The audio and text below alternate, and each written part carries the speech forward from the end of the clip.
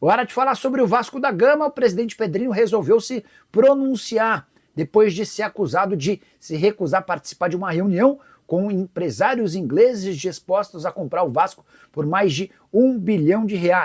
Gui Camarda, que é meu parceiro de Cancelados, afirmou nos últimos dias que ele e uma outra pessoa não identificada procuraram o Vasco para intermediar um acordo com um grupo inglês, que estaria disposto a colocar mais dinheiro do que a 777, uma operação que poderia chegar até R$ 1 bilhão.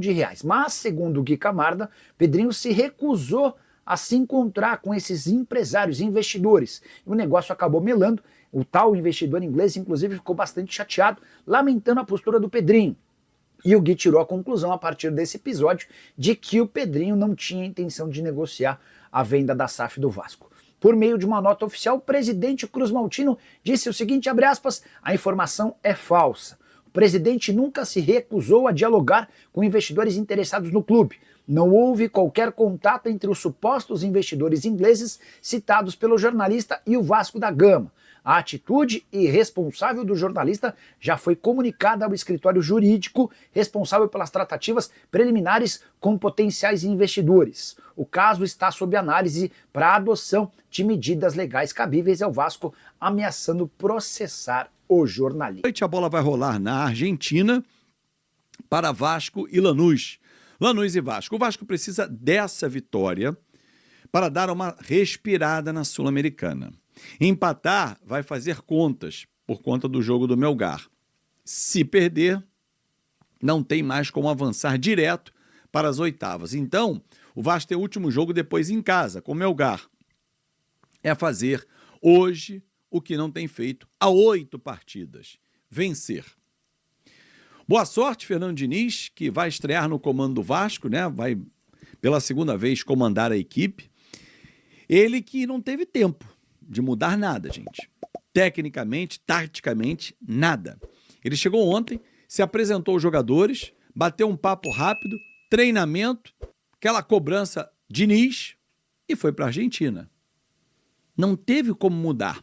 O que ele pode começar a mudar e apresentar de novidade é o estado anímico dos atletas. Aquela empolgação que a gente não enxerga em campo, ele vai começar a cobrar. E quem não correr, vai sair. Não adianta ter nome. Com o nome, mais não vai jogar no Vasco. E esse recado, ele é dado a todos. Só o nome não basta. Hoje, por exemplo, há jogadores no time titular fazendo hora extra e jogando com o nome. Se não render, ele vai trocar. Mas para o jogo de hoje, a tendência é o mesmo time que jogou com Vitória.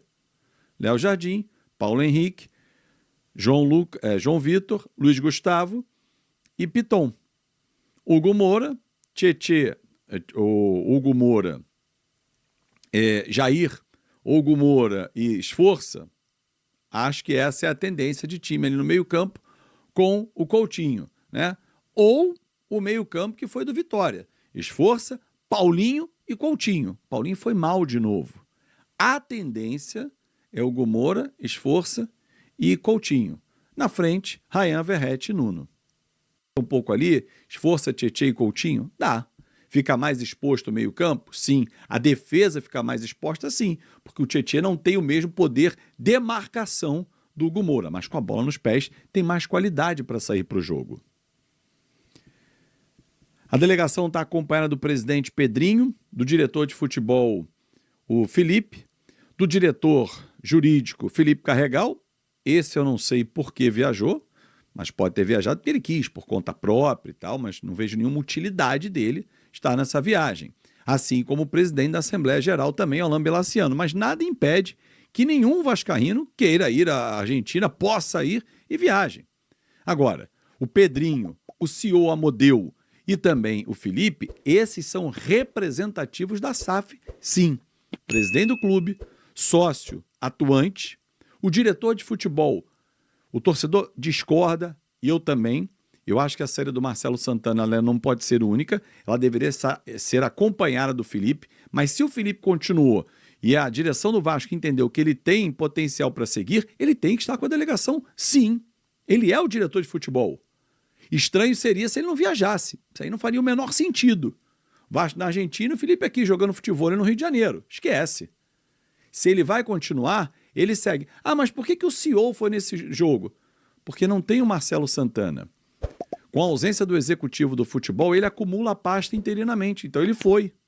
Então essas 3 peças são importantes e necessárias, sim. Tem que ter.